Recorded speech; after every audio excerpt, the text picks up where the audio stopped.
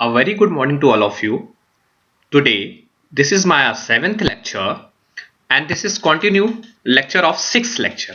क्योंकि मैं छठवें लेक्चर में कुछ न्यूमेरिकल टू न्यूमेरिकल को ही मैं सॉल्व कर पाया था, इसलिए सेवेंथ लेक्चर में आज मैं डिस्कस करूंगा रेजोल्यूशन ऑफ द फोर्सेस के बेस पे न्यूमेरिकल पे। यहाँ पे 2 से 3 मैं न्यूमेरिकल आपको डिस्कस करूंगा, आप लोग प्रैक्टिस कर लीजिएगा जाके।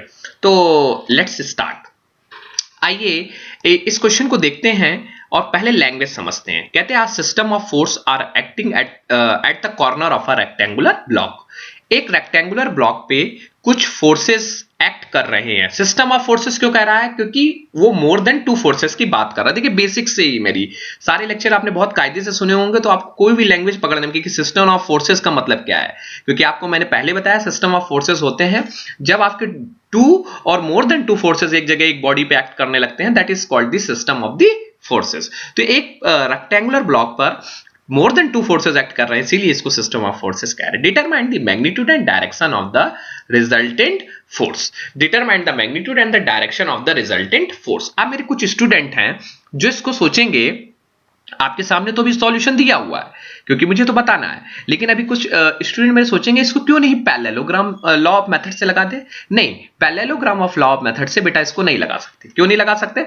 इसका रीजन है क्योंकि यहां पे मोर देन टू फोर्सेस हैं और पैरेललोग्राम ऑफ फोर्सेस को बताता है कि two forces act at an adjacent side of the parallelogram whose resultant is equal to the diagonal of the parallelogram. जब टू फोर्सेस है तब तो मैं कोशिश कर सकता हूं आपका parallelogram of law of forces लगाने के लिए। यहां तो फोर्सेस कितने हैं? यहां फोर्सेस बेटा 4 है, 1 2 3 4 फोर्सेस। तो हमें क्या करना चाहिए? मेथड ऑफ रेजोल्यूशन लगाना चाहिए। अब मेथड ऑफ रेजोल्यूशन लगाने के लिए आपको पहले ये मालूम होना चाहिए, वहां मैंने डिस्कस क्या किया था लेक्चर नंबर 5 में। आप लोग लेक्चर नंबर 5 नहीं देखे हैं तो प्लीज डिस्क्रिप्शन लिंक में आप लेक्चर नंबर 5 पढ़ा है प्लेलिस्ट में, पहले वो देखिए जाके मेथड ऑफ रेजोल्यूशन के न्यूमेरिकल क्या टॉपिक है, किस तरह उसके कंसेप्ट सॉल्व करते हैं। तो मेथड ऑफ रेजोल्यूशन के लिए आपको क्या करना है कि पहले आप हॉरिजॉन्टल कंपोनेंट सारे फोर्सेस का ले लीजिए, फिर आप वर्टिकल कंपोनेंट हर फोर्स का ले लीजिए, फिर उनका स्क्वायर कर दीजिए। वो स्क्वायर जो उसकी वैल्यू होती है वो रिजल्टेंट के बराबर। देखिए इस न्यूमेरिकल में मैं उसी अप्रोच को फॉलो करूंगा। आइए देखते हैं इसमें हॉरिजॉन्टल फोर्स। देखिए यहां पे किसी एंगल पे तो लग नहीं रहा है, सब सीधे लगे हैं, तो हॉरिजॉन्टल फोर्स यहां पे कितने लगे हैं? अच्छा थोड़ा बेसिक्स पे बात कर कि जो इधर हॉरिजॉन्टल फोर्स इस तरह होते हैं उनको हॉरिजॉन्टल फोर्स। तो कुछ बच्चों को डाउट होता है, मैं मान रहा हूं क्योंकि डिफरेंट लेवल के लोग इस वीडियो को देखेंगे। तो यहां पे हॉरिजॉन्टल फोर्स इधर जाने वाले को मैं कंसीडर करता हूं पॉजिटिव, इधर जाने वाले को नेगेटिव, क्योंकि नंबर सिस्टम लाइंस के हिसाब से। और वर्टिकल फोर्स में जो फोर्सेस ऊपर जाते हैं, एरो ऊपर है, that is considered the positive, और जो नीचे आएंगे उनको मैं कंसीडर करूंगा नेगेटिव। तो इसमें देखिए, इसमें 25 न्यूटन का फोर्स किधर आ रहा है? आपका इधर आ रहा है, तो इट इज पॉजिटिव, इसलिए पॉजिटिव है। और फिर हॉरिजॉन्टल फोर्स कितना है? -20। -20 क्यों लिया है? क्योंकि ये मैंने अभी कंसीडर, ये देखिए लॉजिक आपको बताया कि जो फोर्स इधर आएंगे उनको माइनस कंसीडर करते हैं। तो 25 - 20 इज इक्वल टू 5 न्यूटन। मतलब इस बॉडी पर नेट हॉरिजॉन्टल कितना लग रहा है? 5 किलो न्यूटन का ही नेट लग रहा है हॉरिजॉन्टल फोर्स, क्योंकि 25 तो इधर आ गया और 20 इधर चला गया। तो 25 इधर पॉजिटिव का, 20 इधर नेगेटिव का, दोनों 25 - 20 हो गया आपका 5। ये इस नेट बॉडी पे हॉरिजॉन्टल फोर्स लग रहा है। अब मैं वर्टिकल की बात करता हूं, तो हमें लॉजिक बस ये देखना है कि वर्टिकल वाले में जो ऊपर जा रहा है वो पॉजिटिव, जो डाउनवर्ड आ रहा है वो नेगेटिव। तो ये तो डाउनवर्ड आ रहा है इसलिए -50, और ए भी डाउनवर्ड जा रहा है इसलिए -35। तो -50 -35। अब आप कहेंगे प्लस क्यों? क्योंकि हमें नेट अलजेब्रिक सम करना, यहां पे भी प्लस करते तो प्लस माइनस माइनस आता, इसलिए हमने नहीं लिखा। नहीं तो इसको कुछ लोगों का लिखने का तरीका ये होता 25 प्लस -20। तो ये भी सही है क्योंकि जब ये खुलता तो माइनस आता, तो इसलिए पहला एक स्टेप यहां से मैंने हटा दिया है। तो अलजेब्रिक सम ऑफ -85। अब सेकंड स्टेप क्या होता है रेजोल्यूशन? और इन दोनों का स्क्वायर करना, डेल्टा एच का स्क्वायर एंड डेल्टा वी का स्क्वायर। तो मैंने समेशन ऑफ डेल्टा एच का स्क्वायर, तो 5 का स्क्वायर √5 स्क्वायर, डेल्टा वी का स्क्वायर माइनस। तो और ये किसके बराबर होता है? ये वैल्यू होती है बराबर रिजल्टेंट के बराबर होती है। ये वैल्यू किसके बराबर है? रिजल्टेंट के बराबर है। हमने इसको तुरंत देखा और यहां पे पुट कर, तो आर की वैल्यू इस पूरे सिस्टम पे कितनी लग रही है? 85। अब मुझे ये देखना है ये आर कितने एंगल पे लगेगा, तो उसके लिए मैंने आपको क्या बताया था फॉर्मूला कि tan theta is equal to summation of vertical component and summation of the horizontal component, ये आपको मैंने बताया था वीडियो नंबर 5 में। तो आपको tan theta is equal to summation of vertical component summation of the horizontal. Vertical component आपका कितना है बेटा, -85 आप रख दीजिए, और आपका हॉरिजॉन्टल कंपोनेंट कितना है 5।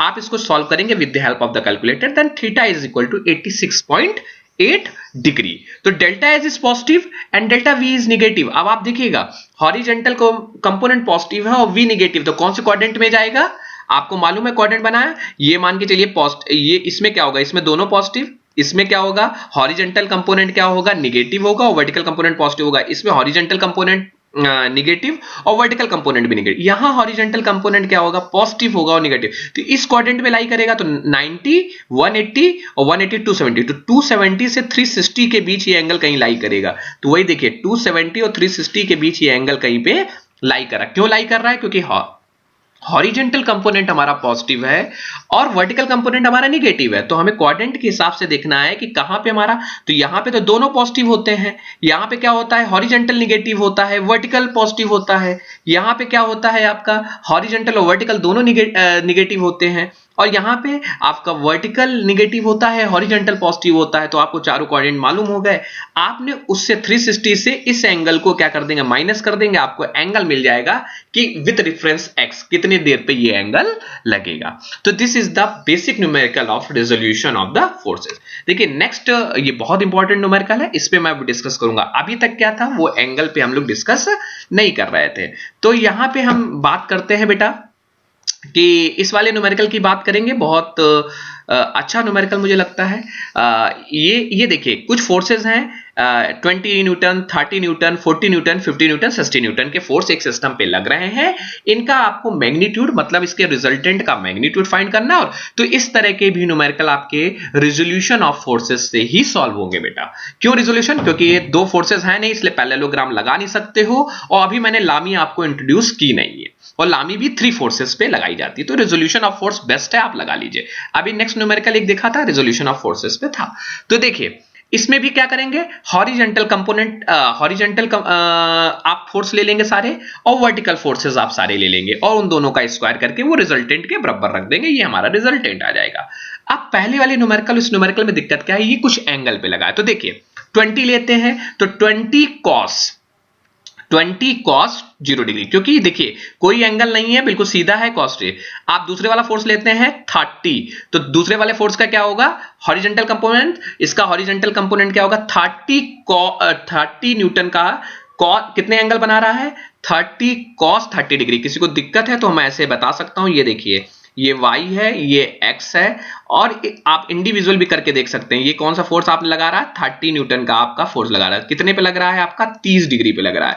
तो इसके दो भाई आपको बताए थे, एरो किस तरह बनेंगे, यहां तक मुझे पहुंचना है तो एक इसका भाई हॉरिजॉन्टल कंपोनेंट, एक भाई इसका वर्टिकल का। आपको क्या देखना होता है कि एंगल कहां से बन रहा है, एंगल ये बन रहा है इस वाले से, तो यहां वाला क्या बैठेगा cos, ये डाउट तो क्लियर हो गया cos 30, और यहां वाला क्या बनेगा इसका उल्टा साइन, तो ये कितना हो जाएगा साइन 30 डिग्री। और वैल्यू कितनी है, किस फोर्स के कंपोनेंट है 30 डिग्री, 30 के हैं, तो इसके आगे क्या लग जाएगा 30। तो इसीलिए आप इंडिविजुअल देखिए, या आप इसी डायग्राम में कर ले, तो आप लोग इंडिविजुअल कॉपी पे बना बना के करें, जिस तरह मैंने एक का बताया है।